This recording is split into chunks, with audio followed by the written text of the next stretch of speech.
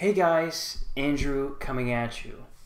And in this one, I had something I wanted to talk to everybody about that I thought about today, and it's never fun to talk about these type of things, but I thought it was worth having a discussion because I've been in Sweden now for 5 years, as most of you know, and I've had the perspective to grow up in America, a country that has a lot of guns and a gun culture. Especially, I'm from Western Pennsylvania, so I thought it'd be kind of interesting to talk to you about what that was like for me growing up there. And now I've had the option to live in Sweden.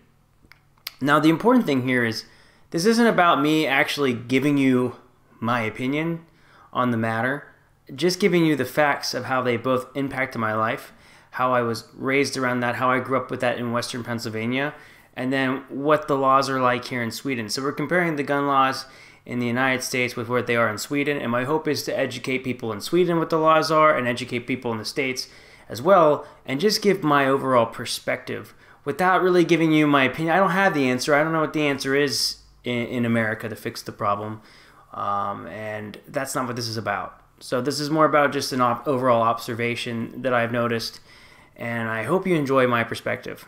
I got done with a run today too, so that's why maybe my hair could be a little bit better. Anyways, going into this, I grew up in Western Pennsylvania.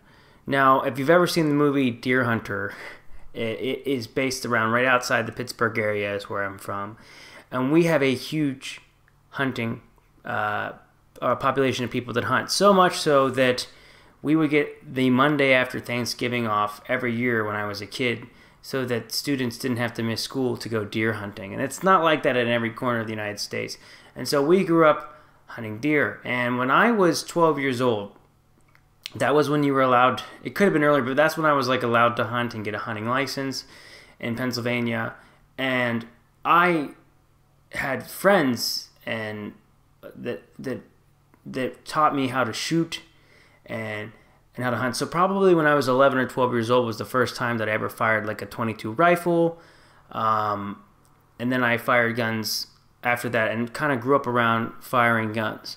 And to get a hunting license in Pennsylvania, I had to go to this hunter safety course for a couple weeks where we did have to learn hunter safety. So when I grew up with firearms, I learned the proper way to use guns, to respect guns, to always make sure that a gun is unloaded.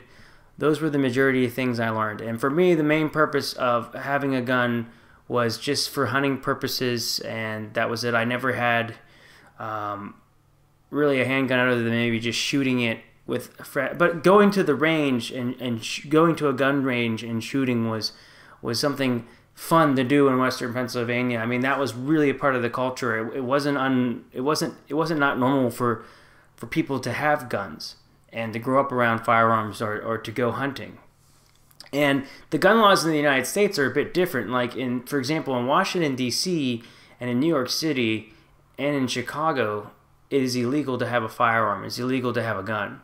And definitely a handgun. It could be an overall firearm, but a handgun. And gun laws are different from state to state as far as what kind of magazines guns can have. So if you have a gun in your vehicle and you're driving, it could be different in every state. And now the right to bear arms is in our Constitution in the United States, and there's a lot of people that really believe strongly in this.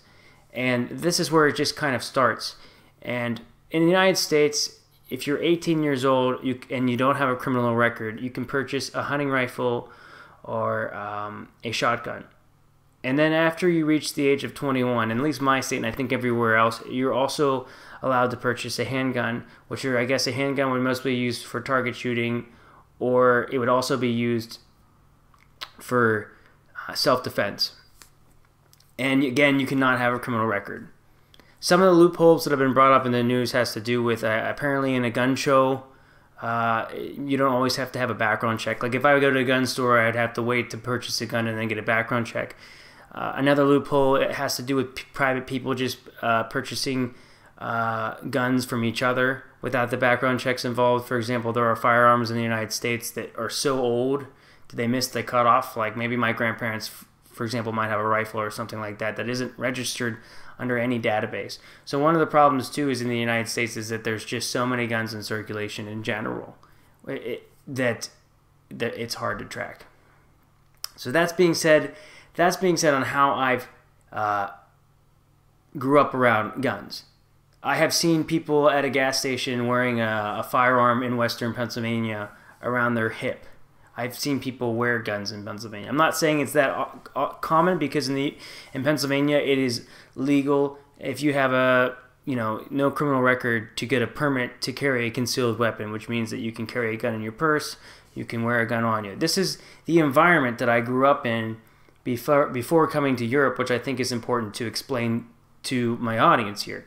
That being said, without bringing up personal stories, because I don't want to do that, I can say that I can think of 4 times in my life, from high school, and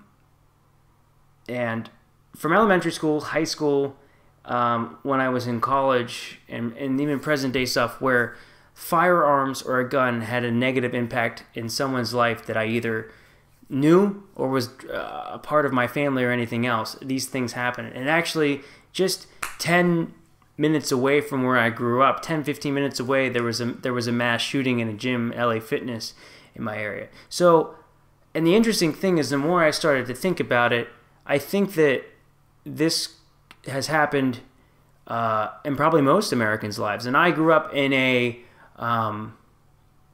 urban or a suburban area, a nice area. The misconception is maybe there's so many guns that it's unsafe. I will say overall, I feel safe in America, and overall I feel safe in my towns, and it's not a scary situation, but it has had a direct negative impact. That being said, I've been in Sweden now, and as far as I know about the gun laws, and someone can go ahead and correct me here below, but as far as I know about the gun laws, there really aren't too many laws where, well, first of all, I know, for example, you can't travel with a loaded gun. Handguns, as far as I know, in Sweden are pretty much illegal. Maybe you can have it with a special permit. You're not allowed to carry a loaded gun in your home, is another example. And like this, overall, the laws are very, very strict. And the interesting thing I was thinking about today is that, okay, every once in a while, maybe there's a shooting on the news in Sweden, and you hear about it because it's so hard to get guns. It happens, but it's very rare. But it's not like I've been here 5 years, and it's not like I have seen guns have a negative impact on anyone's life to the norm that it is in the United States. So, and me giving this opinion to you now isn't about picking a side, because I think most rational people don't need to pick a side. It's just me being honest on this subject, that I thought it was something interesting in. And it's the one thing I took away from, was that the impact is just different. That being said, I think it is fun maybe to do target practice and shooting like that, and that there are positive things that can go along with it. And I'm sure there's plenty of people in Sweden that enjoy shooting or enjoy hunting and respectfully use firearms, just like there's plenty of people that do in the States as well. So I hope you found this one interesting, because I just wanted to go into the situation as a whole, of the observation that I've noticed about this. Without really giving you an opinion, because I don't have an answer on what's the right thing to do, if something should be done, if nothing should be done. That's more for you guys to kind of decide, but hear my perspective. And I think it's important, because if you live in the States and you're hearing this, you have to understand it's coming from someone that's grown up in Western Pennsylvania, and also so you have to take the perspective, if you're Swedish as well, that this is the environment that I grew up in. And now I've had a chance to live in a completely different environment, and it's just changed the way and my perspective on things, on what it's like to live in a country where guns are legal and easy to obtain. If you're a law-abiding citizen, I think that's important. A law-abiding citizen, you can go and purchase a gun without a lot of wait. To another society where it would be a lot more difficult for me to get a firearm, and there's a lot more rules. To see how both of those societies operate is just interesting. It's an interesting perspective for me. So I hope you guys enjoyed this one, and I would feel free to write your comments below, but I do ask that we keep it civil, because I know this could be a little bit more controversial. And if you're new to the channel, feel free to give me a like if you like this kind of content, and then you're welcome to subscribe to this video also below. My name is Andrew, and if you want to, you can check out my links below, check out some of my music if you want to, and I will see you guys in the next video. And I hope everybody here has a wonderful week, and you guys can take care.